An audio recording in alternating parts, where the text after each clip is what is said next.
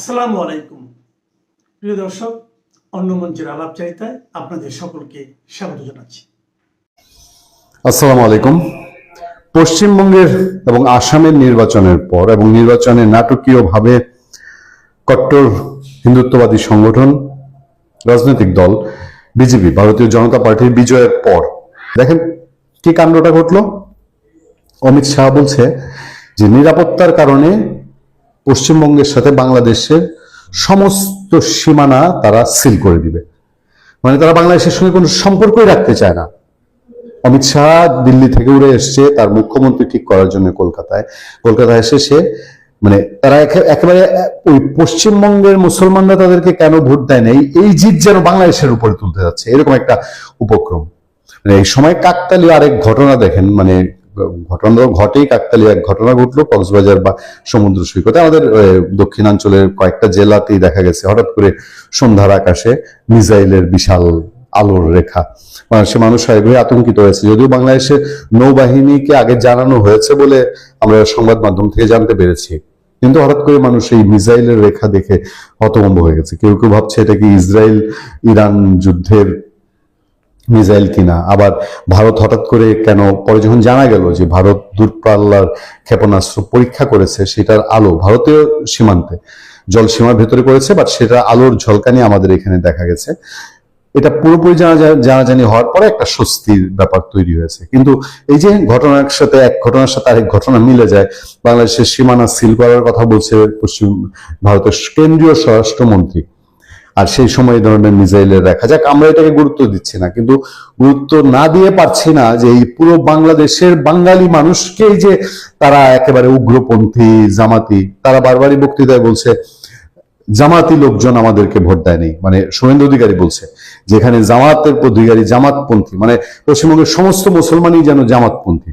পশ্চিমবঙ্গে তো আমরা জানি অনেক লিবারেল মানুষ আছে, অনেক মধ্যপন্থী, অনেক উদারপন্থী মানুষ আছে। সনাতন ধর্মাবলম্বীদের সঙ্গে বিবাহ বন্ধন, পারিবারিক বন্ধনে আবদ্ধ হচ্ছে। বহু জায়গায় সনাতন ধর্মাবলম্বীরা আক্রান্ত হলে পর্যন্ত পশ্চিমবঙ্গের মুসলমানরা ঢাল হয়ে দাঁড়াচ্ছে। তাহলে পশ্চিমবঙ্গের আপামর সমস্ত মুসলিমকে তারা জামাতপন্থী বানিয়ে দিচ্ছে। আসলে কি তাই? পশ্চিমবঙ্গের টোটাল মমতা ব্যানার্জি বরঞ্চ তিনি তো মুসলিম না, তিনি তার রাজনৈতিক প্রয়োজনে বলতে পারেন বাংলাদেশের জামাতের সাথে সখ্যতা রেখেছে, জামাতকে শেল্টার দিয়েছে, জামাতকে আওয়ামী লীগ সরকারের সময় কলকাতায় আমেরিকার সাথে মিটিং করার সুযোগ করে দিয়েছে। সেগুলো তো মমতা ব্যানার্জি করেছে। তিনি তো সনাতন ধর্মাবলম্বী হয়ে তিনি হিন্দুদের বাদ দিয়ে মুসলিম ভোট ব্যাংকটাকে কাজে লাগাতে চেয়েছেন, এবং সে স্বাভাবিক তার ভোটের প্রয়োজনে সে মুসলমান প্রীতি দেখিয়েছে। এই মুসলমান প্রীতির পেছনে তার ভোটের রাজনীতি ছিল। যাক, সে তার এই ভোটের রাজনীতি কৌশলে হেরে গেছে। তার সনাতনী যারা ফলোয়ার ছিল তাদের সে মন রক্ষা করতে পারেনি। কিন্তু এর দায় আজকে বাংলাদেশে দেখেন চরম ভারত বিরোধী ইউনূস সরকার বিদায় হয়েছে। একটা নতুন সম্ভাবনার আশা আমরা দেখতে পেয়েছিলাম, তারেক রহমান সরকারের সঙ্গে একটা ভালো সম্পর্ক হবে, কিন্তু বাংলাদেশ থেকে ভারত বিরোধী বিদায় হলো। ওইদিকে উল্টো দিকে ভারতের পশ্চিমবঙ্গে টোটালি বাংলাদেশ বিরোধী মানুষ দায়িত্ব নিয়ে নিল। বাংলাদেশের সনাতন ধর্মাবলম্বী যারা, তারাও তো বাংলাদেশকে ভালোবাসে, তারাও নিশ্চয়ই চাইবেন না যে পশ্চিমবঙ্গের সনাতনীরা ক্ষমতায় আসলেও তারা বাংলাদেশের উপরে কোন ধরনের ছড়ি ঘোরানোর চেষ্টা করুক। আপনি ঠিকই বলেছেন, আপনার যে বক্তব্য তাতে কোনো সন্দেহ নেই আমার। কিন্তু সুযোগটা কে করে দিল? আপনাকে তো বিজেপি বলে দেয় নাই যে আপনি দীপুচন্দ্র দাসকে চালিয়ে মারেন। বলে দিয়েছিল কি? করেছে কে? ময়মনসিং এর ভালুকায় যে দীপুচন্দ্র দাসকে আপনি পুড়িয়ে মারলেন, মানে আপনি মানে আমাদের দেশের যে মারা হলো, আমাদের দেশে যে দীপুচন্দ্র দাসকে হত্যা করা হলো, সেটা তো এসে বিজেপি এসে হত্যা করে নাই। নরেন্দ্র মোদী অথবা অমিত শাহ অথবা শুভেন্দু অধিকারী অথবা সৌমিকতা, তারা তো এসে হত্যা করেনি, তাই না? এটা তো আমাদের দেশের মানুষই হত্যা করেছে। তো এটার তো প্রভাব পড়বেই। 4000 মাইল দূরে যদি ফিলিস্তিনিদের জন্য আপনার মন কাঁদে, ঢাকাতে বসে 5000 মাইল দূরের 10,000 মাইল দূরের কোনো মানুষের জন্য যদি আপনার সম্প্রদায়ের মানুষ যদি মন কাঁদে, হৃদয় কাঁদে, তাহলে একই সীমান্ত থুতু দিলে ওইখানে গিয়ে পড়ে, তাহলে তাদের কি মন কাঁদবে না? এর জন্য দায়ী আপনি বিজেপিকে করেন কেন? তবে বাংলাদেশ অন্যতম কারণ, বাংলাদেশের প্রেক্ষাপট, বাংলাদেশের সরকারের পরিবর্তন, এটা অন্যতম কারণ হয়ে বিজেপিকে বিজয়ী হওয়ার সুযোগ এনে দিয়েছে। তার মানে এটাই কিন্তু আসল কারণ না। ধরে নেন এটা ঘটে নাই, তারপরেও বিজেপি ক্ষমতায় আসতো, এবার না আসলে পরের টার্মে আসতো, নেক্সট টার্মে তো আসতোই। আপনি মনে করেন এবার বিজেপি ক্ষমতা আসেনি, পরের বার তো আসতোই, এবং শেখ হাসিনা সরকারই আছে, তারপরেও আসতো। তখন আবার বলতেন যে শেখ হাসিনার সরকার আছে বলেই ওইখানে বিজেপি সরকার আসছে। মানে আসলে তো খলের ছলের অভাব নাই, এগুলো হচ্ছে বলার জন্য বলতে হয় তাই বলি। তবে হ্যাঁ, এটা একটা প্রভাব ফেলেছে, কোনো সন্দেহ নেই, কোনো সন্দেহ নাই। বাংলাদেশের পট পরিবর্তন, রাজনৈতিক পট পরিবর্তন, বাংলাদেশে যেভাবে, শুধু হিন্দু কেন, আপনি যে হিন্দুদের উপর অত্যাচার বলেন কেন, মুসলমানের উপর অত্যাচার হয় নাই? যারা আওয়ামী লীগ করে সবাই কি হিন্দু? তারাও তো মুসলমানই, তাদের উপরে অত্যাচার হচ্ছে না, এগুলো তো দেখতেছে মানুষ। আপনি বঙ্গবন্ধুর ভাস্কর্য ভেঙে ফেলেছেন, 32 নম্বর বাড়ি ভেঙে ফেলেছেন। সবচেয়ে বড় কথা, আপনি কিনা হিন্দু মুসলমানের চাইতে বেশি যেটা প্রভাব বলেছে বলে আমি মনে করি, মানে আমি যেটা মনে করি, যেটা সবচেয়ে বেশি প্রভাব ফেলেছে সাম্প্রদায়িক বিষয় ছাড়াও, সবচেয়ে বেশি যেটা প্রভাব ফেলেছে, যখন এই দেশের তথাকথিত সরকার প্রধান আদম ব্যাপারী ডক্টর ইউনূস ফ্রান্স থেকে উড়ে আসার আগেই, ঢাকায় নামার আগেই ফ্রান্স থেকে তিনি এয়ারে বক্তব্য দিয়ে দিলেন বাতাসে যে তিনি 7 সিস্টার অনিরাপদ করে ফেলবেন। সেই জন্যে এটা শুধু পশ্চিমবঙ্গ নয়, পুরো ভারতকেই একত্রিত করে ফেলেছে, যে কোথাকার কোন শুষ্ক, মানে মানে ভারতের তুলনায় আমরা কিছুই না। সেই দেশের একটা, সেই দেশটার যখন কেউ হুমকি দেয়, তখন তো তার ঐক্যবদ্ধ হবে। শুধু হিন্দু কেন, তাহলে মুসলমানরা কেন ভোট দিল আমাকে বলেন, আমাকে বলেন যে মুসলমানরা কেন ভোট দিল? যদিও বিজেপিরা কেউ কেউ দাবি করতেছে মুসলমানরা তাদের ভোট দেয় নাই। আমিও তো আপনার চ্যানেলে এসে বলেছি যে মুসলমানরা কখনোই বিজেপিকে ভোট দিবে না, তারা কলজা, গুর্দা, ফেফড়া, কিডনি, রক্ত সব দিবে বিজেপির নেতার জন্য, প্রয়োজনে এই শুভেন্দু দেওয়ার জন্য মুসলমান রক্ত দিয়ে ভোট দেবেন, এটা আমি বলেছিলাম আপনার এখানে, রাইট? এটা আমি আসামের মুখ্যমন্ত্রী হেমন্ত শর্মাজির কপি করে এই কথাটা বলেছিলাম। কিন্তু আমরা কি দেখলাম, এখানে মুসলমান ভোট দিয়েছে। তা নাহলে এত ভূমিদোষ বিজয় সম্ভব ছিল না। এটা যদি অন্য জায়গা হইতো মেনে নিতাম, কিন্তু পশ্চিমবঙ্গে এইখানে কট্টর মুসলমানের বাস, এইখানে যারা অবাঙালি এরা আরো বিপজ্জনক। ভারতের পশ্চিমবঙ্গে যে মুসলমান বাঙালি আর বাঙালি মুসলমান আর অবাঙালি মুসলমানের মধ্যে বহুত পার্থক্য আছে। প্রত্যেকটা ভারতের অবাঙালি মুসলমান অত্যন্ত 10 গুণ বেশি বিপজ্জনক বাঙালি মুসলমানদের চাইতে। তারা চরম সাম্প্রদায়িক হয় অবাঙালি মুসলমানেরা, বিশেষ করে আপনি পশ্চিমবঙ্গে যারা আছে। আপনি জানেন যে এরাই কিন্তু এদেরকে আমরা বিহারি বলি, এরাই চলে এসেছিল, তো বাংলাদেশে চলে এসেছিল। অদ্ভুত ব্যাপার, এরা জন্মে ভারতে, বসবাস করে বাংলাদেশে, গীত গায় পাকিস্তানে, ভাত খায় ভাতারের, গীত গায় নাং এবং নাঙ্গের খালাতো ভাইয়ের। এই হলো উর্দু ভাষীদের, মানে আমি সবার কথা বলতেছি না, কিন্তু 99%। আমার জানা মতে আমার এই বয়সে আমি মাত্র 2 জন বিহারি কাওলাদ পেয়েছিলাম। একজন পেয়েছিলাম মিরপুরে, আরেকজন পেয়েছিলাম আমাদের শৈশবাড়িতে। মাত্র 2 জন যারা বাংলাদেশকে ভালোবাসে, যারা মুক্তিযুদ্ধকে পছন্দ, 2 জন আমার বয়সে আমি খুঁজে পেয়েছি।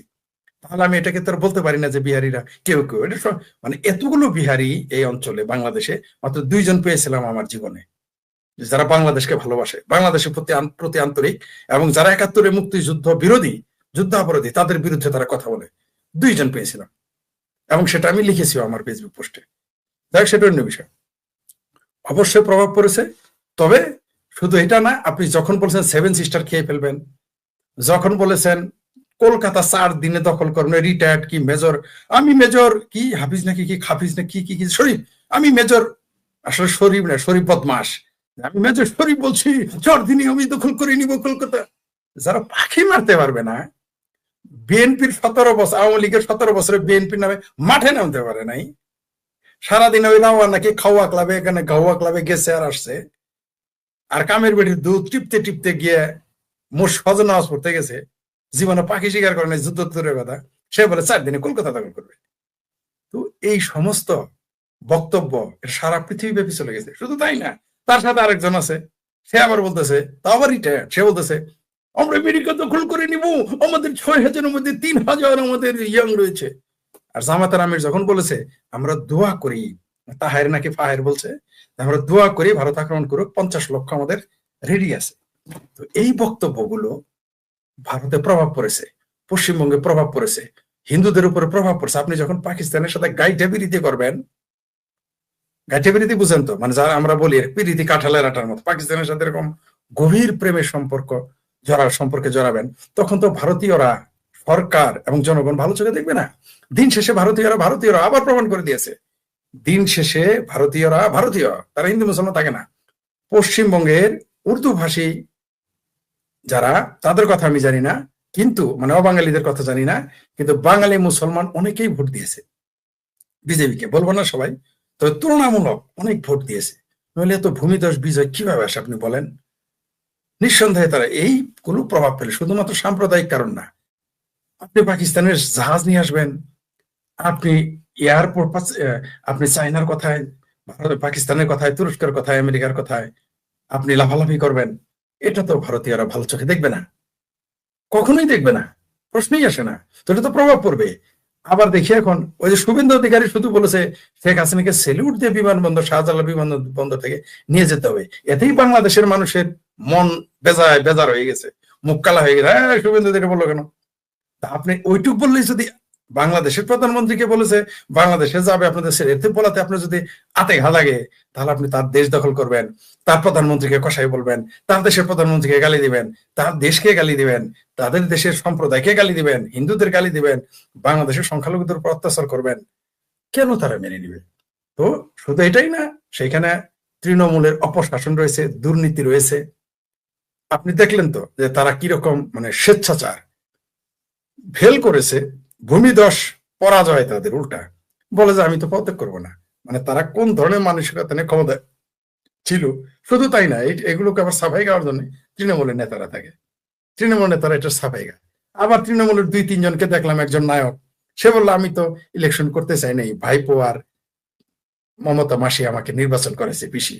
আবার একজন গায়ক তো আগে তৃণমূলের অনুষ্ঠানে গান গাইতো, কালকে বিজেপির অনুষ্ঠানে গান গাইবে দেখলাম। আর কবির সুমন্ত বলেই দিয়েছে যে আমাকে তো হাতে পায়ে ধরে তৃণমূল ইলেকশন করায়। তো এই হচ্ছে অবস্থা। তো এই অবস্থায় আপনি কিভাবে আশা করবেন তারা? তারপরে কেন্দ্রীয় সরকারের চিন্তা ছিল যে এখানে আইএসআই ঘাঁটি হয়ে যেতে পারে বা আছে, বা বাংলাদেশের সাথে যে কোনো সময় সমস্যা হতে পারে। তারপর SIR আছে, যেখানে ভুয়া ভোটার, মৃত ভোটার তাদের বাদ দেওয়া হয়েছে। দেখেন, আরেকটা অভিযোগ করা হয় তাদের নামে যে সেখানে নাকি SIR মুসলমানদের বাদ, কিরকম ঠাড়া মারা মিথ্যা কথা। সেখানে 63% হচ্ছে হিন্দু ভোটার কে SIR বাদ দেওয়া হয়েছে, 37% মুসলমান। এবং আপনি হিসাব করে দেখেন, এটা হিন্দুদেরই লস হয়েছে, বিজেপির লস হয়েছে। বরং ওই ভোটার গুলো থাকলে এদেরই ভোট দিত। এইবার আরো বেশি ভোট পাইতো, আরো ভোটের সংখ্যা বেড়ে যেত, আসনের সংখ্যা আরো বেড়ে যেতে পারতো। বরং 63% হিন্দু তারা ভোট দিতে পারে নাই। কারণ কার মনে কি কাজ করতেছে আপনি তো জানেন না। আপনার মনে হতে পারে, যেমন ধরেন বাংলাদেশের জামাতের যে হিন্দু কৃষ্ণনন্দী জামাতের ইসলাম কায়েম করতে আসছিল, মওদুদি ইসলাম, ঠিক আছে, মগা মওদুদির উম্মত যারা, তারা ইসলাম কায়েমের জন্য হিন্দু হিন্দু একজন কে নেতা MP বানাতে চাইছে, অথচ ইসলামে মুসলমান নামাজ না পড়লে তারে সমাজ থেকে বিতরণ করতে বলছে, আমাদের কাফের বলে। কিন্তু হিন্দুকে সে নমিনেশন দিয়ে দিল ইসলাম কায়েমের জন্য। আপনার কি ধারণা কৃষ্ণনন্দী জামাতে ভোট দিয়েছে? আপনার কি ধারণা? কৃষ্ণনন্দী যদিও নিজ প্রার্থী, কৃষ্ণনন্দী এত পাগল হয় নাই। ওই যে আরেকটা আছে না, গোবিন্দ পারমাণবিক, যাকে আমি গালি দেই। এমনকি অনেক হিন্দু আছে না, যে ঐক্যফ্রন্টের যে চিটার যে বিজন কান্তি নাকি কি যেন হয়েছে, বিএনপির উপদেষ্টা কি সহকারী নাকি কি যেন হয়েছে, নেতা হয়েছে বিএনপির। আপনার কি ধারণা এরা জামাতের ভোট দিবে কোনোদিন? কোনো কালে বাংলাদেশ শেষে দিতে পারে, আর কি বাংলাদেশের হিন্দুরা কোনোদিন, ওদের পাগলা কুত্তায় যদি ওদের কামড়ায়, ওরা কোনোদিন জামাতে দাঁড়িপাল্লা মার্কে ভোট দিবে? 71-এ কারা নির্যাতিত হয়েছে, তারা ভুলে গেছে? মুসলমান হয় মুসলমান ভাই ভাই, কুল্লে আখে মুসলিমিন কি যেন বলে, মুসলমান ভাই ভাই সবাই খেয়ে গেল। হিন্দুরা কোন দুঃখে ভোট দিবে জামাতের? পাগলে কামড়াইছে তাদের, কোনোদিনই দিবে না। তেমনি যে ব্যক্তিটি তৃণমূলেরও ছিল, যখন তার মনে হইতো বাংলাদেশের মুসলমানরা বলতেছে ভারত দখল করে নেবে, কলকাতা দখল করে নেবে, দিল্লি দখল করে নেবে, 7 সিস্টার খেয়ে ফেলবে, গিলে ফেলবে, তো তখন তার ভারত প্রেম, দেশ প্রেম এবং তার ধর্মের জজবা জেগে উঠবে না? আপনার ধর্মের জজবা আছে, আপনি কৃষ্ণ ইসকনের যে নেতা চিন্ময় কৃষ্ণ দাস, এই নিরীহ মানুষটাকে আপনি বছর পর বছর জেল কাটাচ্ছেন কোনো অভিযোগ ছাড়াই, আর আপনি জঙ্গিদের ছেড়ে দিচ্ছেন, এটা প্রভাব পড়ে নাই? বাংলাদেশের মুক্ত চিন্তকদের জবাই করেছেন, মনে আছে? গণজাগরণ মঞ্চের আন্দোলনের সময় কিভাবে হত্যা করা হয়েছে, জঙ্গিবাদের উত্থান, এটাও প্রভাব পড়েছে। শুধু তাই না, শাপলা চত্বরের যে জঙ্গিবাদী জজবা, এগুলো প্রভাব পড়েছে। শুধু একটা কারণেই হয় না, বহুবিধ কারণ আছে। বাংলাদেশে সংখ্যালঘু নির্যাতন, আওয়ামী লীগের উচ্ছেদ, মুক্তিযুদ্ধের প্রতি অশ্রদ্ধা দেখানো, এগুলো যেমন প্রভাব পড়েছে, তেমনি মমতা ব্যানার্জির এবং রাজ্যের যে সরকারি দল ছিল সরকারে, তাদের যে দুর্নীতি, অপশাসন, সেখানে মন্দির বন্ধ করে দেওয়া হয়েছিল। কলকাতার মতো জায়গায় সেখানে মন্দির বন্ধ রাখা হয় যে মুসলমানদের চেতনায় আঘাত লাগে। এটা হিন্দুরা মেনে নিবে না। সেখানে 12 বছর পরে অনেক লোক বাড়ি ফিরেছে। আপনি জানেন, তৃণমূলের ক্ষমতার পতনের পরে অনেক লোক কলকাতায় বাড়ি ফিরেছে। তৃণমূলের প্রত্যেকটা অফিস ছিল জোয়ার আড্ডা, নারীদের সেখানে দর্শন করতো, অফিস বানাই হয়েছিল, তারা যা বলতো তাই হতো। তো এগুলো প্রভাব পড়ে নাই? আপনি ওই যে ফুরফুরার যে পীর, বন্ড পীর হোক আর জেনুইন পীর হোক, ফুরফুরার পীর কি বলেছে আপনি দেখেন, তার বক্তব্য শোনেন। হুমায়ুন কবির, তার বক্তব্যে প্রভাব পড়েছে। তিনি যে বিদ্রোহ ঘোষণা করেছেন এবং ইলেকশন করেছেন, এটা বিশাল প্রভাব, এটাও প্রভাব পড়েছে। আসাদুদ্দিন ওয়াইসি কলকাতায় এসে ভাষণ দেওয়ার পরে সে আবার হুমায়ুন কবির থেকে আলাদা হয়ে গেল, এগুলো প্রভাব পড়েছে। মুসলমান ভোট, যেটা আমি বলেছিলাম যে মুসলমান ভোট কাটবে না, আমি আপনার সাথে দ্বিমত পোষণ করেছিলাম, মনে আছে তো আপনার? কিন্তু আপনার অনুমানই সরে গেছে, মুসলমান ভোট কেটে গেছে। তারপর রাষ্ট্র সেখানে স্ট্রিক্ট ছিল, আপনাকে জোর করে ভোট নিতে দেয় নাই, গুন্ডামি করতে পারে নাই। এই কারণে, নইলে এই এসআইআর যদি 2024 এর আগের ইলেকশনও হইতো, এইবার ইলেকশন, গতবারই বিজেপি চলে আসতো। মানে এই না যে শুধু আওয়ামী লীগ পতন, আওয়ামী লীগের পতনের কারণ এই মুক্তিযুদ্ধের প্রতি ঘৃণা, ভারত গিলে ফেলবে, এগুলো প্রভাব পড়েছে। হিন্দু নির্যাতন, এগুলো প্রভাব পড়ছে, যার কারণে মমতা ব্যানার্জি সেখানে ভূমিধস পরাজয় গ্রহণ করতে বাধ্য হয়েছে। পাকিস্তানের স্বরাষ্ট্রমন্ত্রী সৈয়দ মহসিন রাজা নাকবি ঢাকা সফর করেছেন এবং তিনি আমাদের স্বরাষ্ট্র মাদক চোরাচালান বন্ধের উপর একটা সমঝোতা স্মারক স্বাক্ষর করেছেন। এই ভিজিটটার উপর একটা ভিডিও বানানোর প্রয়োজনীয়তা মনে করছি, কারণ অন্যান্যরাও দেখি ভিডিও বানায়, আমি দু একটা দেখলামও। এত প্রসাধন করে ভিডিওতে, এত ধরনের কথাবার্তা বলে ভালো লাগার জন্য। তো আমি চিন্তা করলাম আমার দর্শকদের এই বাংলাদেশ পাকিস্তানের মধ্যে যে ইউনূস গভর্নমেন্ট আসার পরে যে ধরনের উচ্চ পর্যায়ের যোগাযোগ বেড়ে গেছে, এইটার উপর কি দু চার কথা আমার দর্শকদের উদ্দেশ্যে বলা যায়। এই রাজা নাকবি দেখলাম যে আবার পাকিস্তানের ক্রিকেট বোর্ডেরও প্রেসিডেন্ট, এবং উনি বিসিবির প্রেসিডেন্ট তামিম ইকবালের সাথে দেখা করেছেন, খেলাও দেখেছেন বোধহয়। তারপরে উনি আরো সাবেক প্রধানমন্ত্রী বেগম খালেদা জিয়ার কবর জিয়ারত করেছেন। ফলে এটা সমঝোতা স্মারক স্বাক্ষর করে ভিজিটটা একটা অফিসিয়াল ভিজিটই হয়ে গেল। আমার যেটা ভালো লেগেছে সেটা হলো যে আমাদের স্বরাষ্ট্রমন্ত্রীকে এই রাজা নাকবি থেকে একটু ধনী মনে হয়েছে। ধনী বলতে আমি টাকা পয়সায় জৌলস চেহারার কথা বলছি, এবং কথাটা বলার একটা গুরুত্ব কারণ আছে। কারণটা খুব আমার কাছে ইম্পর্টেন্ট মনে হয়। আমি তো প্রায় 25 বছর ফরেন মিনিস্ট্রিতে ছিলাম, নিশ্চিতভাবে আবার ফিরে যাব। এই 25 বছর আমি পাকিস্তানি ডিপ্লোম্যাটদের একটা জিনিস খুব লক্ষ্য করেছি। সেটা হলো যে আমরা যখন 2001 সালে পররাষ্ট্র মন্ত্রণালয় জয়েন করি, আমি সেই সময় আমি পাকিস্তানি ডিপ্লোম্যাটদের দেখতাম যে তাদের কাপড় চোপড় সব কেতাদুরস্ত এবং বেশভূষা, কথাবার্তা সবকিছু অত্যন্ত উঁচু পর্যায়ের। এবং পরবর্তীতে বছরের পর বছর, আমি প্রায় 25 বছর লক্ষ্য করেছি এদের অবনতি আর অবনতি। এদের শার্ট এক সময় পরিষ্কার ছিল, এখন কলারে ময়লা দেখা যায়, এবং অবস্থা অনেকটা আমার মতো বলতে পারেন, যেন সবাইকে ইউনূস তাড়িয়ে দিয়েছে। ঠিক এই অবনতিটা আমি পাকিস্তানের ডিপ্লোম্যাটদের 25 বছরে দেখেছি। আমি বিভিন্ন দেশে ওদের সাথে দেখার তো সুযোগ হয়েছে। তো এটা হয়েছে কেন জানেন? পাকিস্তান রাষ্ট্রটা 2001 সাল পর্যন্ত, অর্থাৎ পারভেজ মোশাররফের কাল পর্যন্ত পাকিস্তান রাষ্ট্রের একটা উত্থান হয়েছিল। বিশেষ করে আবার জিয়াউল হক, তাদের যে প্রেসিডেন্ট, ওই সময় তো বিশাল রমরমা অবস্থা। পাকিস্তান জঙ্গি উৎপাদন করে, জঙ্গিদের বিক্রি করে মার্কিন যুক্তরাষ্ট্রের কাছে।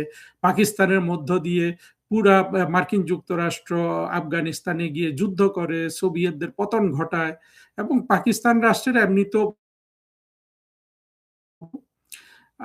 কিন্তু পরবর্তীতে এই বিশেষ করে লাদেনের টুইন টাওয়ার ভেঙে দেওয়ার পর থেকে পাকিস্তানের অবনতি শুরু হয়। কারণ হলো মার্কিন যুক্তরাষ্ট্র পাকিস্তানকে আর মানে ওই সময়টা পর্যন্ত লাদেনের একেবারে 1/11 বলতে পারেন, লাদেনের এই টুইন টাওয়ার ভেঙে দেওয়ার আগের দিন পর্যন্ত মার্কিন যুক্তরাষ্ট্র পাকিস্তানকে এক দৃষ্টিতে দেখত। পরবর্তীতে মার্কিন যুক্তরাষ্ট্র পাকিস্তানের সাথে সম্পর্ক তারা রেখেছে, ভালো সম্পর্ক, অনেক কিছু দেয় ঠিক আছে, কিন্তু জটিলতায় আক্রান্ত হলো এই সম্পর্কটা।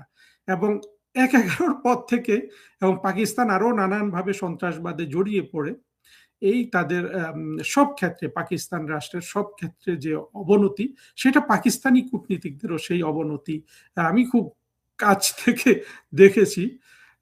এবং পাকিস্তান রাষ্ট্র তো পরে পার ক্যাপিটা জিডিপি বলেন, অর্থনীতি বলেন, সব দিক থেকে একেবারে দেউলিয়ার দিকে চলে গেল। আমাদের আমলে আমরা তো বাংলাদেশকে অনেক উন্নতি করলাম। এই কথাগুলো বলার আরেকটা কারণ হলো যে এটা তো খুব দুঃখ লাগে আমাদের, তাই না? এমন একটা রাষ্ট্র যার শুধু পতন আর পতন হয়েছে অন্তত 25 বছর, 20-22 বছর ধরে, তাকেই আমাদের যে মুক্তিযুদ্ধের স্বাধীনতা বিরোধীরা আছে সেই রাষ্ট্রতেই ফিরে যেতে চায়, বাংলাদেশকে পূর্ব পাকিস্তান বানাতে চায়। বা এগুলো তো রাজনৈতিক কথা যে সেই রাষ্ট্রে ফিরে যেতে চায়, সেটাও না। বড় কথা হলো যে সেই রাষ্ট্রের প্রতি বাংলাদেশের স্বাধীনতা বিরোধীদের যে ভালোবাসা, এইটা কোন পর্যায়ে থাকতো পাকিস্তান যদি একেবারে বলবো যে ভুট্টো থেকে পারভেজ মোশাররফ, ভুট্টোর পরে এসে তো আরো জিয়াউল হক, মূলত এরাই তো শাসক, তারপরে নওয়াজ শরীফ, বেনজির ভুট্টো শাসন করেছে কিছুদিন, আর পারভেজ মোশাররফ, এই কয়জনের আমলে পাকিস্তানের যে উত্থান হয়েছিল বা তাদের যে জৌলস ছিল, সেটা যদি ধারাবাহিকভাবে 2026 পর্যন্ত যদি অব্যাহত থাকতো, তাহলে 2024-এ বাংলাদেশের যে জঙ্গি কোয়ালিশন, তাদের কি অবস্থা হতো, তারা পাকিস্তানকে নিয়ে কি না করতো। দেখেন, পাকিস্তানের এত খারাপ দুর্দশা সত্ত্বেও কিন্তু তারা এখন পাকিস্তানের সাথে কি না করছে। আমরা অনেকগুলা উচ্চ পর্যায়ের এদের আসা যাওয়া দেখছি পাকিস্তান আর বাংলাদেশের মধ্যে, সামরিক বাহিনীর মধ্যে। আমরা এই স্বরাষ্ট্রমন্ত্রী ঢাকা আগমনকে সেই দিক থেকে দেখতে হবে। তবে পাকিস্তানের বোধহয় সবচেয়ে একেবারে রাষ্ট্রপ্রধান বা সরকার প্রধান পর্যায়ের শেষ ভিজিট আমার যতদূর মনে পড়ে ওই 2001 সালেই ছিল। জেনারেল পারভেজ মোশাররফ পাকিস্তানের প্রেসিডেন্ট হিসাবে আমাদের প্রধানমন্ত্রী বেগম খালেদা জিয়ার আমন্ত্রণে বাংলাদেশ সফর করেন। এরপরে পাকিস্তানের কোনো প্রধানমন্ত্রী বা প্রেসিডেন্ট বাংলাদেশ সফর করেছে বলে আমার মনে হয় না, করে নাই। কারণ এরপরে তো খালেদা জিয়ার 2001 থেকে 2006-এর মধ্যে একবার প্রেসিডেন্ট এসে, এটা তো যথেষ্ট একবার। তারপরে তো ফখরুদ্দিন, মঈনুদ্দিন হয়ে শেখ হাসিনার সরকার, ইউনূসের সরকার, এইভাবে গেল। ফলে একটা দীর্ঘ সময় 16 বছর তো আসলে পাকিস্তান থেকে কোনো সরকার প্রধানের বাংলাদেশ ভ্রমণ করার সুযোগই ছিল না, যেহেতু ক্ষমতায় ছিল মুক্তিযুদ্ধের পক্ষে শক্তি।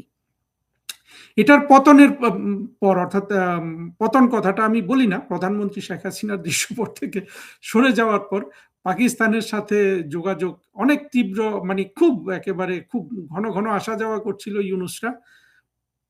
পরে দেখা গেল যে, যেটা আমার কাছে মনে হলো যে তারেক রহমান ক্ষমতায় আসার সময়, বিশেষ করে বেগম খালেদা জিয়ার দাফনে ভারতের পররাষ্ট্রমন্ত্রী এবং নরেন্দ্র মোদীর চিঠি, যেটাতে অনেক আতিশয্য দেখা গেছে, আর সেই সময়টা মনে হলো যে পাকিস্তান একটু মনক্ষুণ্ণ ছিল। কারণ আমরা শুনেছিলাম পাকিস্তানের যে উপপ্রধানমন্ত্রী এবং পররাষ্ট্রমন্ত্রী ইসহাকদার আসবেন, তিনি আসেননি, এসেছেন পাকিস্তানের পার্লামেন্টের স্পিকার। পাকিস্তানের পার্লামেন্ট তো এমনিতে খুব একটা গুরুত্বপূর্ণ জিনিস না, যেহেতু এটা সামরিক বাহিনী নিয়ন্ত্রিত একটা দেশ। গুরুত্বপূর্ণ না হোক, ওই পার্লামেন্টারি স্পিকার তো সাধারণত ওয়ারেন্ট অফ প্রেসিডেন্সি উপরের দিকেই থাকে, কিন্তু ওই ভদ্রলোক অত পরিচিত না যেরকম তাদের যে উপপ্রধানমন্ত্রী এবং পররাষ্ট্রমন্ত্রী পরিচিত, উনি আসলেন না। তখন মনে হচ্ছিল যে পাকিস্তান একটু মনে হয় তারেক রহমানের সাথে ভারতের যে সম্পর্ক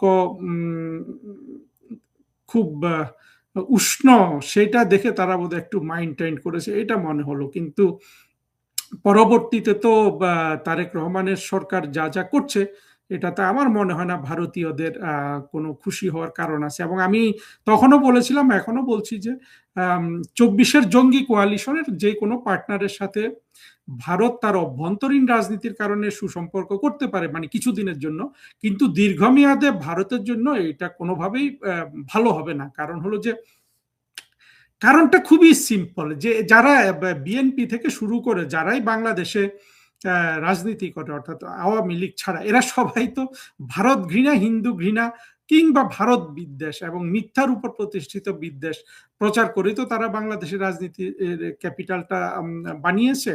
সেটা তো বিএনপির ক্ষেত্রেও কম যায় না।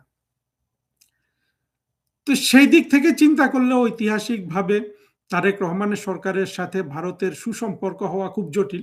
আমি অবশ্য আশা করেছিলাম তারেক রহমানের মঙ্গল কামনা করে এবং বিএনপির মঙ্গল কামনা করে যে ভারতের সাথে একটা সুসম্পর্ক তারেক রহমানের সরকারের হোক, এটা বাংলাদেশের জন্য মঙ্গল হতো।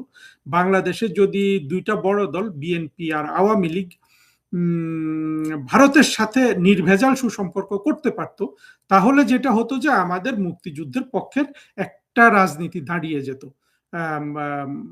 পরোক্ষভাবে। সেইটা আমি আর কোনো আমি কখনো এটা হবে বিশ্বাস করি নাই, কিন্তু প্রত্যাশা ছিল। কিন্তু পরবর্তীতে যা দেখছি তাতে আর ইয়ে করার, বিশ্বাস করার, এখন আর এগুলো বিশ্বাস করার কোনো কারণ নাই। এবং আমি পাকিস্তান হাই কমিশনের আজকে ফেসবুকে গেলাম, গিয়ে দেখলাম যে পাকিস্তানের হাই কমিশনার অনেক কিছু করছে বাংলাদেশে। মানে আর এই পাকিস্তানের এখন যে হাই কমিশনার আছেন ইমরান হায়দার, উনি খুব ভালো একজন ডিপ্লোম্যাট, খুবই দক্ষ এবং খুবই কম্পোজড একটা মানুষ। তো পাকিস্তান সবসময় বাংলাদেশে খুব তাদের ভালো ডিপ্লোম্যাটদেরই পাঠায়, সেটা ঠিক আছে। সেটা ভারতও পাঠায়, আমরাও পাঠাই আমাদের সাধ্যমতো।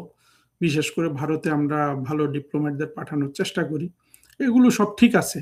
কিন্তু পাকিস্তানের স্বরাষ্ট্রমন্ত্রী আর বাংলাদেশের স্বরাষ্ট্রমন্ত্রী যে সমঝোতা স্মারক স্বাক্ষর করলেন, এটা আমি আসলে অনেকক্ষণ বুঝতেই পারিনি যে এটা একটা মানে মাদক পাচার রোধের স্মারক। আমি ভেবেছিলাম এটা মানব পাচার রোধেরটা আমার মাথায় কেন ক্লিক করলো, কারণ হলো পাকিস্তান হয়ে বাংলাদেশের অনেক মানব পাচার হয়। আমি যখন 2001 সালে 2-3-4 সালে ডেস্ক অফিসার ছিলাম, এই পাকিস্তান ইন্ডিয়া এই ডেস্কগুলা আমি দেখতাম, কাজ করতাম অ্যাসিস্ট্যান্ট সেক্রেটারি হিসাবে। এবং পাকিস্তানে প্রচুর বাংলাদেশি ভিসা করে যেত, এরা মূলত পাকিস্তান পর্যন্ত বিমানে যেত, তারপরে ইরান, তুরস্ক, গ্রিস হয়ে এরা ইউরোপে ঢুকে যেত। এরকম প্রচুর মানুষ যায়। এটা আমি পরে আরো ভূমধ্য সাগরের এই পার ওপারে চাকরি করার সময় গ্রিস, তারপরে ইটালি, মিশর, এগুলোতে চাকরি করার সময় দেখেছি। তো সেই দিক থেকে যদি মানব পাচার রোধে যদি একটা সমঝোতা স্মারক হতো, তাহলে হয়তো এটা প্রাসঙ্গিক হতো। এখন মাদক চোরাচালান রোধে এটা কি উদ্দেশ্য তাদের, অনেকে এটার অনেক গূঢ় উদ্দেশ্য বের করছে। বিষয়টা খটকা লাগে, কিন্তু এটা কি উদ্দেশ্য থাকতে পারে, তারা কি কি ধরনের মাদক চোরাচালান বন্ধ করবে? সবাই প্রশ্ন তুলছে যে দুই দেশের মধ্যে তো কোনো সীমানাই নেই, এখানে মাদক পাচার আসে কোত্থেকে? জঙ্গি পাচার, মানব পাচার, এগুলা হতে পারে। আর ইউনুস বোধহয় চেয়েছিল যে বিমানের বা পিআই এর ফ্লাইট করবে ঢাকা করাচির মধ্যে, সেটা তো তারা করে ফেলতো আমার ধারণা, কিন্তু করতে পারে নাই। কারণ হলো যে ভারতের আকাশ সীমা তো পাকিস্তানের জন্য বন্ধ, পাকিস্তানের আকাশ সীমা বোধহয় ভারতের জন্য বন্ধ। তো এই ফ্লাইট যদি চালু করে, তাহলে এই বিমান তো ওই যে কাতার হয়ে যেতে হবে, মানে কাতার হয়ে যেতে হবে, না হলে ওই চীন হয়ে যেতে হবে। তো এটা তো কোনো ইকোনমিক্যালি ভায়াবল হবে না। এছাড়া দেখলাম যে ব্যবসা বাণিজ্য করছে তারা, অর্থাৎ ব্যবসায়ীদের নিয়ে আসছে, দিয়ে আসছে, এইরকম অনেক কিছু করছে পাকিস্তানের সাথে। তো এই এই এই অবস্থাটা ভারতের জন্য মোটেই সুখকর নয়। কারণ হলো পাকিস্তান বাংলাদেশে সবসময় একটা আলটেরিয়র মোটিভ নিয়ে আসে। সেই আলটেরিয়র মোটিভের মধ্যে একটা হলো যে পাকিস্তান ওই ওই ওই এটাই তাদের রয়ে গেছে যে মানে পূর্ব পাকিস্তান, ওই জিনিসটা পাকিস্তানিরা সাধারণত ভুলতে পারে না। আমি পাকিস্তানের ডিপ্লোম্যাট দেখছি, যদিও তাদের অনেক আওয়ামী লীগ সরকারের সময় তো ওরা আসলে খুবই কাচুমাচু করে থাকতো, কিন্তু আমি যে সময়টা ঢাকায় ছিলাম ওই বিএনপির 2001 থেকে 6 সালে, ওরা খুব প্যাট্রোনাইজিংলি কথা বলতো। সেই সময় পাকিস্তান হাই কমিশনে একটা ফার্স্ট সেক্রেটারি ছিল রাফিউজ্জামান, যার সাথে আমার খুব যোগাযোগ হতো। পরে এই রাফিউজ্জামানকেও পাকিস্তান বাংলাদেশে হাই কমিশনার করেছিল কয়েক বছর আগে। তো পাকিস্তানের অনেক মানুষের ওই দৃষ্টিভঙ্গিটা আছে যে বাংলাদেশ তাদের ছোট ভাই। এটা অবশ্য বাংলাদেশের জঙ্গি মৌলবাদী স্বাধীনতা বিরোধীরা ভারত সম্পর্কেও বলে যে মানে এটা এই সমস্যাটা রয়েই গেল। আর পাকিস্তান তো মাঝখানে দরিদ্র হয়ে গিয়ে দেউলিয়া রাষ্ট্র হয়ে গিয়ে, দেউলিয়া বলতে দেউলিয়ার কাছাকাছি আর কি হয়ে গিয়ে, তো তারা আর ওই ওই তাদের যে কনডিসেন্ডিং অ্যাটিটিউড বাংলাদেশের প্রতি সেটা আর রাখতে পারে নাই। আর একদিকে ছিল শেখ হাসিনার কড়া জঙ্গিবাদ বিরোধী শাসন। সেই সময় আমাদের আমি বাংলাদেশি ডিপ্লোম্যাট হিসাবে বিভিন্ন দেশে চাকরি করে আমার খুব খুব গর্ববোধ হতো যে আমাদের মাথা, আমাদের কলার, আমাদের সবকিছু পাকিস্তানের চেয়ে উচ্চতর আর কি। যে জিনিসটা আবার ইউনুস এসে এখন তারেক রহমান হারিয়ে দিচ্ছে। এটা অবশ্য এই ক্ষেত্রগুলোতে আমি অন্য কোনো দেশ হলে বলতাম না, কিন্তু পাকিস্তান তো কখনো বাংলাদেশের ভালো চাইবে না। পাকিস্তান চাইবে বাংলাদেশ হয় দরিদ্র হয়ে যাক, যেটা ইউনুসের আমল থেকে শুরু হয়েছে। সেখানে পাকিস্তান খুবই খুশি এখন, এটাই চাচ্ছে। আর একদিক থেকে তারা অনেক আসা যাওয়া করতে পারছে বাংলাদেশে, এখন কোথায় কি করছে, কোথায় কোন জায়গায়। আগে দেখা গেছে যে মানে এগুলো হিসাবে আছে, অভিযোগ হিসাবে আছে যে পাকিস্তানের গোয়েন্দা সংস্থা আইএসআই এবং পাকিস্তানি কূটনীতিকরা বাংলাদেশে অনেক কার্যক্রম চালায়, তারা উলফাকে সহযোগিতা করে, ভারতের বিভিন্ন জায়গায় ডিস্টাবিলাইজ করার জন্য জঙ্গি পাঠায়, এই ধরনের অভিযোগ কিন্তু আছে। তো এই ধরনের আসা যাওয়া এখন যত বাড়ছে, এবং বিশেষ করে স্বরাষ্ট্রমন্ত্রী তো অত্যন্ত গুরুত্বপূর্ণ একটা ব্যক্তি, সেই স্বরাষ্ট্রমন্ত্রী যখন আসে যায়, আরো কি হয় দেখা যাক ভবিষ্যতে। শাহবাজ শরীফ বাংলাদেশে আসে কিনা বা তারেক রহমান পাকিস্তানে যান কিনা, আমরা এগুলা ভালোভাবে লক্ষ্য করব। কিন্তু মূলত যেটা হচ্ছে দুই দেশের মধ্যে, এটা ভারতের জন্য যথেষ্ট অস্বস্তির কারণ হবে। এবং তারেক রহমানের সরকার অর্থনৈতিকভাবে যদি ফেল করে যান, যেটা সম্ভাবনা 100%, তাহলে নানান দিক থেকে তারেক রহমানের সরকার বিপদে পড়বেন। আমি আশা করব তারেক রহমান, তার সরকার, তার ক্যাবিনেটে যারা মোটামুটি বুঝের মানুষ আছেন, তারা এগুলা ভালোভাবে চিন্তা ভাবনা করবেন। আর একটা জিনিস বিএনপিকে বুঝতে হবে, আওয়ামী লীগের একটা অত্যন্ত ট্রাজিক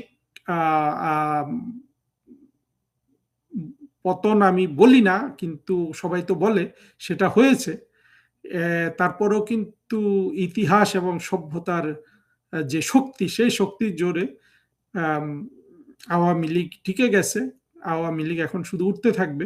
বিএনপির কিন্তু আরেকবার পতন হলে, কারণ বিএনপি এর আগে দুইবার কিন্তু আপনার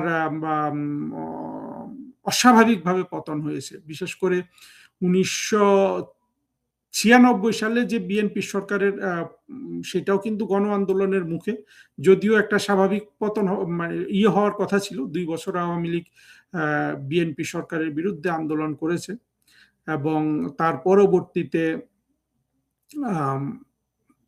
খালেদা জিয়ার যে সরকার 2006 সালে, তারেক রহমান যেটার সত্যিকারের সবচেয়ে ক্ষমতাধর ব্যক্তি ছিলেন, তারাও কিন্তু 2006 সালে গণ আন্দোলনের মুখে তারা কিন্তু ক্ষমতা ছেড়েছেন। তারা কিন্তু ইলেকশনটাকে ম্যানিপুলেট করার জন্য কোনো চেষ্টা বাকি রাখেন নাই, এগুলো বাংলাদেশের মানুষ জানে।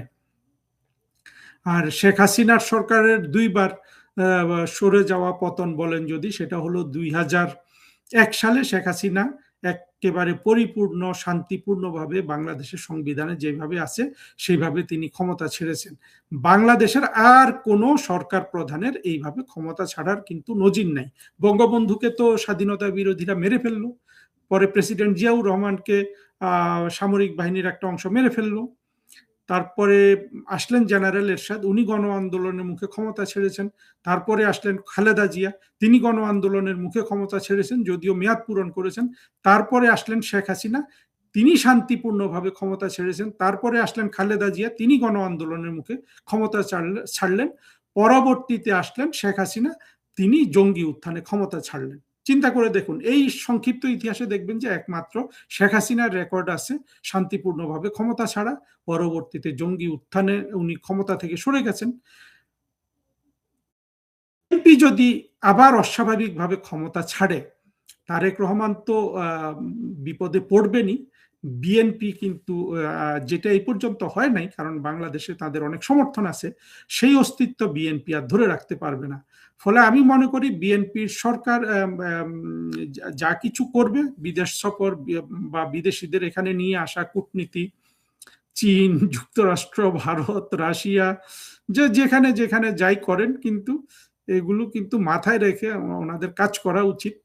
এবং সেটা করতে হলে যে এখানে সাকসেসফুলি টিকে থাকতে হলে যেই ধরনের বিচার বিবেচনা বোধ দরকার, যেই ধরনের আইডিওলজিক্যাল চেঞ্জ দরকার তারেক রহমান এবং বিএনপির, সেটা তো আসলে হয় না, কথাগুলো বলার জন্য বলা, সদুপদেশ হিসাবে দেয়া, সেগুলো হয় নাই। ফলে বিএনপির জন্য আসলে নানান দিক থেকে আমি শুধু বিপদই দেখতে পাচ্ছি। এবং সেই বিপদ বাংলাদেশে আওয়ামী লীগকে যেমন সরকার আনবে, তেমনি বাংলাদেশে যারা স্বাধীনতা বিরোধী জঙ্গি মৌলবাদী আছে, তাদের আরো বেশি ক্ষমতাধর করার একটা সুযোগও সৃষ্টি করতে পারে। আর আমাদের মুক্তিযুদ্ধের পক্ষে শক্তির এইখানে টার্গেটটা থাকা উচিত সবসময় আগের মতো ভুল না করে, যারা সরাসরি জঙ্গি মৌলবাদী তাদেরকে রাজনৈতিক এবং অর্থনৈতিকভাবে শূন্য করা, এবং যতটা পারা যায় বাংলাদেশে একটা টেকসই মুক্তিযুদ্ধের চেতনাপন্থী বিরোধী দল তৈরি করা, যেটা বিএনপির সুযোগে নিশ্চিতভাবে এটা জাতীয় পার্টিকে দিয়ে করতে হবে। এবং এটা শক্তিশালী ভাবে করতে হবে, করে আওয়ামী লীগ সরকার এই অল্টারনেটিভলি তাদের সাথে ক্ষমতা যদি পরিবর্তন করে, তাহলে একটা শক্তিশালী মুক্তিযুদ্ধের পক্ষের দলও দাঁড়াবে, আর আওয়ামী লীগ তো তার জায়গায় থাকলোই। এই পদ্ধতিটা চিন্তা করা যেতে পারে ভবিষ্যতে। আমি বলছি না কি হবে, কারণ এখনো সবকিছু স্পষ্ট না। বিএনপির হাতে সুযোগ আছে, বিএনপি এই সুযোগ হারালে অবশ্যই বাংলাদেশে এরপরে যেই দলটা আছে, আধা ইসলামিক আধা সেকুলার, সেই জাতীয় পার্টি, ওদেরকে টেনে তোলা ছাড়া আসলে মুক্তিযুদ্ধের পক্ষে শক্তির জন্য হয়তোবা কোনো বিকল্প থাকবে না। ত্রয়োদশ জাতীয় সংসদ নির্বাচনে বিএনপির জয়ের পর প্রথম সংবাদ সম্মেলনে বাংলাদেশের প্রধানমন্ত্রী তারেক রহমানকে এক বিদেশি সাংবাদিক প্রশ্ন করেছিলেন, বাংলাদেশে এখনো অনেক মানুষ আওয়ামী লীগের সমর্থক, তাদের সঙ্গে রিকনসিলিয়েশন কিভাবে হবে? তারেক রহমানের উত্তর ছিল, আইনের শাসন নিশ্চিত করার মাধ্যমে। কিন্তু তারেক রহমানের প্রধানমন্ত্রিত্বের 1 মাসের মধ্যে দেখা মিলে সেই আইনের শাসনের নমুনা, যেটির নাম শোন অ্যারেস্ট বা গ্রেফতার দেখানো। আর এর জন্য হাতিয়ার হিসেবে ব্যবহার করা হচ্ছে বিশেষ ক্ষমতা আইন এবং সন্ত্রাস বিরোধী আইনের মতো কিছু নিবর্তনমূলক আইন। বিবিসি বাংলার খবরে বলা হচ্ছে, এসব মামলা আর শোন অ্যারেস্ট থেকে মুক্তি মিলছে না স্কুলগামী শিক্ষার্থীদেরও। বিএনপি সরকার গত 3 মাসে এই শোন অ্যারেস্ট এখন বিরাট বাণিজ্যের রূপ নিয়েছে। বিশেষ করে জুলাই আন্দোলনে সারা দেশে সহিংসতার ঘটনায় করা মামলাগুলোয় ঢালাওভাবে আসামি করার অভিযোগ আছে। এসব মামলায় আদালত থেকে জামিন পাওয়ার পরও কারা মুক্তি মিলছে না অনেক আসামির। জামিনের পর কারামুক্তির আগেই দেখানো হচ্ছে অন্য কোনো মামলায় শোন অ্যারেস্ট। এমন ঘটনা অহরহই ঘটছে। কাগজে কলমে জামিন মানে মুক্তি নিশ্চিত হলেও বাস্তবে কারাগারের দরজা খুলতে লাগছে 5 স্তরের অদৃশ্য পুলিশ ক্লিয়ারেন্স। জামিন, কারামুক্তি ও শোন অ্যারেস্ট ঘিরে প্রতিটি ধাপই আছে অনিয়ম ও বাণিজ্যের অভিযোগ। আওয়ামী লীগ কিংবা এর অঙ্গ সংগঠনগুলোর বড় নেতাদের ক্ষেত্রে সরকারি সিদ্ধান্তেই দেখানো হচ্ছে শোন অ্যারেস্ট, আর দলটির মাঝারি ও তৃণমূল নেতাদের জামিন হলে 5 স্তরে, টাকা না দিলে কপালে জুটছে নতুন মামলায় শোন অ্যারেস্টের ঝক্কি। গত মার্চে মাগুরা শহরের জামরুলতলায় জেলা আওয়ামী লীগের কার্যালয় উদ্বোধন ও দলীয় কর্মসূচিতে অংশ নেন মাগুরা জেলা মহিলা আওয়ামী লীগের সহসভাপতি ও সদর উপজেলা পরিষদের সাবেক মহিলা ভাইস চেয়ারম্যান কাজী সোনিয়া সুলতানা। ওই ঘটনার পরদিন স্বেচ্ছাসেবক দলের এক নেতার করা মামলায় তাকে গ্রেপ্তার করা হয়। বৃহস্পতিবার 7 মে হাইকোর্ট থেকে তিনি জামিন পান। জামিনের কাগজপত্র কারাগারে পৌঁছানোর পর শুক্রবার সকালে তাকে মুক্তি দেওয়া হয়। 8 মে সকালে কারাগার থেকে বের হওয়ার সঙ্গে সঙ্গে জেলগেট থেকে তাকে আবার গ্রেপ্তার করা হয়। মাগুরা সদর থানার ওসি আশিকুর রহমান সাংবাদিকদের বলেছেন, সোনিয়া সুলতানাকে একটি নাশকতার মামলায় গ্রেপ্তার করা হয়েছে।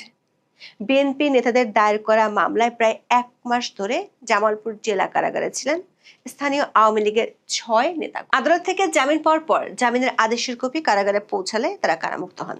3রা মে সন্ধ্যা 6টার দিকে জামালপুর জেলা কারাগার থেকে বের হলে কারাগারের প্রধান ফটক থেকে তাদের আবার গ্রেপ্তার করে জেলা গোয়েন্দা পুলিশ।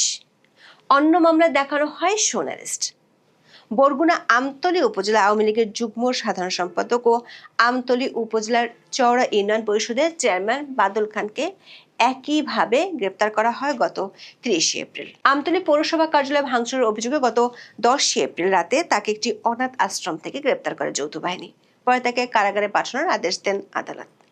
এই মামলায় জামিন পেয়ে বুধবার গত 30 এপ্রিল রাতে কারাগার থেকে বের হয়ে যাওয়ার সময় পুলিশ তাকে আটক করে। পরে বিস্ফোরণ দ্রব্য আইনে দায়ের করা মামলা এবং বিশেষ ক্ষমতা আইনে দায়ের করা মামলায় তাকে শোন অ্যারেস্ট দেখানো হয়। এর আগে গত 17 মার্চ লালমনিরহাট কালীগঞ্জ উপজেলার মাদাতি ইউনিয়ন পরিষদের চেয়ারম্যান জাহাঙ্গীর আলম বিপ্লব আদালত থেকে জামিন পেয়ে কারাগার থেকে মুক্তি পাওয়ার পরপরই আবারও তাকে গ্রেফতার করা হয়। গত 12 মার্চ রাতে নিজ বাসভবন থেকে সন্ত্রাস বিরোধী আইনের একটি মামলায় অজ্ঞাতনামা আসামি হিসেবে জাহাঙ্গীর আলম বিপ্লবকে গ্রেপ্তার করেছিল কালীগঞ্জ থানা পুলিশ। এরপর 16 মার্চ জেলা ও দায়রা জজ আদালত তার জামিন মঞ্জুর করেন। জামিনের কাগজপত্র যাচাই বাছাই শেষে 17 মার্চ সকালে কারামুক্ত হন জাহাঙ্গীর আলম বিপ্লব। সামাজিক মাধ্যমে ছড়িয়ে পড়া একটি ভিডিওতে দেখা গেছে জেল গেটে তার আইনজীবী ও আপন ভাই অ্যাডভোকেট হুমায়ুন কবির কাজল সহ সমর্থকরা তাকে অভ্যর্থনা জানিয়ে গাড়ির দিকে নিয়ে যাচ্ছিলেন। ঠিক সেই মুহূর্তে ডিবি পুলিশের একটি দল তাদের পথ আটকে দেয়। এরপর পাশ থেকে আরো 3 জন পোশাকধারী ডিবি পুলিশ সদস্য এসে তাকে টেনে হিঁচড়ে পুলিশের গাড়িতে তুলতে শুরু করেন। এ সময় আইনজীবী ও সমর্থকদের সঙ্গে পুলিশের ধস্তাধস্তিও হয়। চেয়ারম্যানের বড় ভাই অ্যাডভোকেট হুমায়ুন কবির কাজল অভিযোগ করে বলেন, আদালত জামিন দেওয়ার পরও কোনো সুনির্দিষ্ট পরোয়ানা বা নতুন মামলা ছাড়াই তাকে কারাগারের ফটক থেকে তুলে নিয়ে যাওয়া হয়েছে। এমন ঘটনা কম বেশি দেশের কোথাও না কোথাও প্রতিদিনই ঘটছে। তবে সেটি ঘটছে আওয়ামী লীগ কিংবা দলটির সাথে সংশ্লিষ্ট নেতা কর্মীদের ক্ষেত্রে। অথচ গণমাধ্যমের খবরে বলা হচ্ছে গ্রেপ্তারের পর দেদারসে জামিন নিয়ে বের হয়ে যাচ্ছে ডাকাত ও ছিনতাইকারীরা। আইনজীবীরা বলছেন, সিআরপিসি অনুযায়ী এবং সুপ্রিম কোর্টের বিভিন্ন নজির অনুযায়ী আদালত জামিন মঞ্জুর করার পর তা কার্যকর করা প্রশাসনের দায়িত্ব। জামিন পাওয়া আসামিকে অযথা কারাগারে আটকে রাখা বা কারামুক্তিতে দেরি করা আইনের পরিপন্থী। এর ফলে প্রশ্ন উঠছে আদালতের আদেশ বাস্তবায়ন নিয়ে। দেখা গেছে জামিন আদেশ জারির পর আসামিকে মুক্তি পেতে ক্লিয়ারেন্সের জন্য প্রথমে ডিসি প্রসিকিউশন, বিভাগীয় পুলিশ কার্যালয়, গোয়েন্দা বিভাগ, সংশ্লিষ্ট থানা হয়ে আবার কারাগারে পাঠানো হয়। এই সুযোগে এসব অদৃশ্য ক্লিয়ারেন্স ঘিরে অভিযোগ উঠেছে ঘুষ লেনদেনের। ভুক্তভোগীদের দাবি, অনেক ক্ষেত্রে অসাধু পুলিশ কর্মকর্তারা এই প্রক্রিয়াকে ব্যবহার করে কার্যত জিম্মি করে অর্থ আদায় করছেন, বিশেষ করে রাজনৈতিক মামলার আসামিদের কাছ থেকে। অন্যদিকে জুলাই আন্দোলনে সহিংসতায় জড়িত ছিলেন এমন আসামিদের অন্তর্বর্তী প্রতিবেদনের মাধ্যমে মামলা থেকে অব্যাহতির সুপারিশ করা হয়েছে। দেখা গেছে জামিন পেলেও সহজেই আসামিদের মুক্তি মিলছে না। কারামুক্তির জন্য তৈরি হয়েছে পুলিশের 5 স্তরের ক্লিয়ারেন্স প্রক্রিয়া। প্রথমে আদালতের জামিন আদেশ মেট্রোপলিটন সিটিগুলোর ডিসি প্রসিকিউশন বা জেলা পুলিশ সুপার হয়ে কারাগারে পৌঁছায়। এরপর সেটি যায় বিভাগীয় পুলিশের কার্যালয়, সেখান থেকে যায় সংশ্লিষ্ট থানায়, সবশেষে আবার কারাগারে ফিরে আসে নিশ্চিতকরণের জন্য। এই দীর্ঘ প্রক্রিয়ার প্রতিটি স্তরে ঘুষ লেনদেনের অভিযোগ রয়েছে। ভুক্তভোগীদের অভিযোগ এক একটি ধাপ পার হতে আলাদা করে ম্যানেজ করতে হয়, না হলে পরবর্তী সময় অন্য মামলায় সন্দেহ দেখানো হয়, যার ফলে আসামি কারামুক্ত হতে পারেন না। এমনকি জিম্মি করে অর্থ আদায়ের অভিযোগ পাওয়া যাচ্ছে। কিছু অসাধু পুলিশ কর্মকর্তা ও দালাল চক্র এই ক্লিয়ারেন্স প্রক্রিয়াকে জিম্মি করে অর্থ আদায় করছে। বিশেষ করে রাজনৈতিক মামলার আসামিদের ক্ষেত্রে এই প্রবণতা বেশি। অভিযোগ রয়েছে, পুলিশের এসব ক্লিয়ারেন্সের জন্য নির্দিষ্ট অঙ্কের টাকা দাবি করা হয়। আইনজীবীরা বলছেন, রাজনৈতিক মামলায় কাউকে আটক করার পর জামিন পেলেও সরাসরি কারামুক্তি পাওয়া খুব সহজ হয় না। থানাকে ম্যানেজ না করতে পারলে কেউ বের হতে পারেন না। যদি সেটা না করা হয়, তাহলে নতুন করে অন্য মামলায় গ্রেপ্তার দেখানো হয়। কখনো একই থানায়, আবার কখনো পাশের থানায় মামলা দেওয়া হয়, যাতে মুক্তি আটকে যায়। পুরো প্রক্রিয়া এমন ভাবে চলে, জামিন পাওয়ার পর আসামির স্বজনরা কারাগারে গেটে গিয়ে জানতে পারেন আরেকটি মামলায় তার শোন অ্যারেস্ট আছে। তখন আবার শুরু হয় নতুন দৌড়ঝাঁপ। এমন একটা ঘটনা ঘটেছে রাজধানীর শাহজাহানপুর থানার একটি বৈষম্য বিরোধী মামলায় গ্রেপ্তার হওয়া এক মাংস ব্যবসায়ীর ক্ষেত্রে। ওই মাংস ব্যবসায়ী আদালত থেকে জামিন পান, কিন্তু জামিন পেলেও তিনি কারাগার থেকে বের হতে পারেন না। স্বজনরা কারাগারে তার মুক্তির জন্য গেলে জানতে পারেন তাকে অন্য মামলায় গ্রেপ্তার দেখানোর আবেদন করা হয়েছে। এমন করে কয়েকটি মামলায় গ্রেপ্তার দেখানো হয় তাকে। পরবর্তী সময়ে তিনি উচ্চ আদালত থেকে জামিন নিয়ে সংশ্লিষ্ট থানাকে ম্যানেজ করে কারামুক্ত হন। এমন ঘটনা আদালতে অহরহই ঘটছে।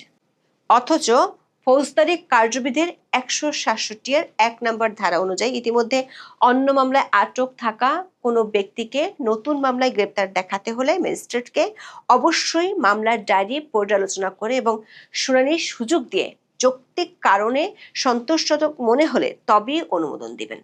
অন্তর্বর্তী সরকার এই বিধানটি যুক্ত করেছিল। এর উদ্দেশ্য ছিল শোন অ্যারেস্ট মামলাকে রাজনৈতিক হাতিয়ার হিসেবে ব্যবহারের পথ বন্ধ করা। অথচ ইন্টারিয়ামের আমলে এই ধারার ব্যত্যয় ঘটেছে বেশি, আর সেই ধারা অনুসরণ করছে বিএনপি সরকার। আইনজীবীরা বলছেন, হাতে গোনা কিছু ব্যতিক্রম ছাড়া জামিনের পর শোন অ্যারেস্ট মামলাগুলোর কোনো প্রামাণিক ভিত্তি দেখা যাচ্ছে না। এগুলো মূলত উচ্চ আদালত থেকে জামিন পাওয়ার পরও যেন কেউ মুক্তি না পায় সেই উদ্দেশ্যে ব্যবহার করা হয়। ফলে তাদের ইচ্ছা মতো ও বেআইনিভাবে আটকে রাখা সম্ভব হয়। এর ফলে জামিন কার্যত অর্থহীন হয়ে পড়ে। গত 11 মার্চ হাইকোর্ট সাবেক প্রধান বিচারপতি এবিএম খায়রুল হককে তার বিরুদ্ধে থাকা বিভিন্ন মামলায় চূড়ান্ত জামিন দেন, কিন্তু তারপরও তার মুক্তির প্রক্রিয়া থমকে যায়, কারণ পুলিশ জুলাই আন্দোলনের আরেকটি হত্যা মামলায় তাকে গ্রেপ্তার দেখানোর আবেদন করে। অথচ সেই মামলার মূল এফআইআরেও তার নাম ছিল না। বিষয়টি ছিল পুরোপুরি মন গড়া অভিযোগ। আইনজীবীরা মনে করেন পুলিশ এক্ষেত্রে কোনো সিদ্ধান্ত নেয়নি, বরং সাবেক এই প্রধান বিচারপতিকে গ্রেপ্তার দেখানোর সিদ্ধান্তটি রাজনৈতিক বা সরকারের শীর্ষ মহল থেকেই এসেছে। সবশেষ গত 28 এপ্রিল পৃথক 5 মামলায় সাবেক প্রধান বিচারপতি এবিএম খায়রুল হককে হাইকোর্টের দেওয়া জামিন বহাল রেখেছেন সুপ্রিম কোর্টের আপিল বিভাগ। তারপরও মুক্তি পাচ্ছেন না খায়রুল হক, কারণ এরই মধ্যে অধস্তন আদালতে আরও 2 মামলায় গ্রেপ্তার দেখানো হয়েছে তাকে। অথচ প্রধানমন্ত্রী তারেক রহমান থেকে শুরু করে স্বরাষ্ট্রমন্ত্রী সালাউদ্দিন আহমেদ, আইনমন্ত্রী আসাদুজ্জামান প্রায় বেআইনি আটকের বিরুদ্ধে আর আইনের শাসনের পক্ষে কথা বলেন, কিন্তু আইনের শাসনের ঠিক কোন ধারায় এমন শোন অ্যারেস্ট আছে তা জানেন না আইনজীবীরা। শোন অ্যারেস্ট দেখিয়ে কয়েক দফা ঠেকিয়ে রাখা হয়েছে নারায়ণগঞ্জের সিটি কর্পোরেশনের সাবেক মেয়র সেলিনা হায়াৎ আইভীর কারামুক্তি। গত বছর 9 মে ভোরে নারায়ণগঞ্জ শহরের দেওভোগের নিজ বাসা থেকে আইভীকে গ্রেপ্তার করে পুলিশ। পরে তাকে বৈষম্য বিরোধী আন্দোলনের ঘটনায় হওয়া 3টি হত্যা মামলা ও 2টি হত্যা চেষ্টা মামলায় গ্রেপ্তার দেখানো হয়। এই 5 মামলায় হাইকোর্ট থেকে গত বছরের 9 নভেম্বর জামিন পান কারাবন্দী সেলিনা হায়াৎ আইভী। সর্বশেষ 10 মামলায় জামিনের পর সিদ্ধিরগঞ্জ থানার 2টি মামলায় গত 2রা মার্চ ও অন্যটিতে 12ই এপ্রিল তাকে গ্রেপ্তার দেখানো হয়। নতুন করে সিদ্ধিরগঞ্জ থানায় ওই 2 গ্রেপ্তার দেখানোর প্রক্রিয়া নিয়ে হাইকোর্টে রিট করেন আইভী। রিটের প্রাথমিক শুনানি নিয়ে হাইকোর্ট 26 এপ্রিল রুল সহ আদেশ দেন। সর্বশেষ সিদ্ধিরগঞ্জ থানার পৃথক 2টি মামলায় আইভীকে গ্রেপ্তার দেখানো কেন আইনগত কর্তৃত্ব বহির্ভূত ও মৌলিক অধিকারের পরিপন্থী ঘোষণা করা হবে না রুলে তা জানতে চাওয়া হয়েছে। এর মধ্যে বিবিসি বাংলার একটি খবর দিচ্ছে আরও ভয়ঙ্কর তথ্য। খবরটিতে বলা হয়েছে, বাংলাদেশের সম্প্রতি নিষিদ্ধ সংগঠন ছাত্রলীগের সঙ্গে যুক্ত থাকার অভিযোগে স্কুল শিক্ষার্থীদের গ্রেপ্তার এবং মাধ্যমিক পরীক্ষায় বসতে না পারার কয়েকটি ঘটনা সামনে এসেছে। বিশেষ ক্ষমতা আইন, সন্ত্রাস বিরোধী আইনের মতো বিতর্কিত আইনের বিভিন্ন ধারায় আটক এসব কিশোরদের অনেকে জামিনও পাচ্ছেন না। সুপ্রিম কোর্টের সিনিয়র আইনজীবী ওমর ফারুক বিবিসি বাংলাকে বলেছেন, আইন অনুযায়ী মহিলা, বৃদ্ধ, শিশু কিংবা অসুস্থ থাকলে তাদের জামিন অযোগ্য ধারায় মামলা হলেও জামিন দিতে পারবে। কিন্তু নির্বাচনের পরদিনই আইনের শাসন নিশ্চিত করার ঘোষণা দেয়া বিএনপি সরকারের আমলে স্কুল শিক্ষার্থীরা শুধু গ্রেপ্তারই হচ্ছে না, পরীক্ষাও দিতে পারছে না।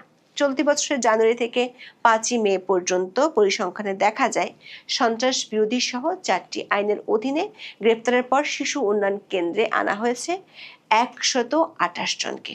এদের বেশিরভাগেরই জামিন মিলছে না।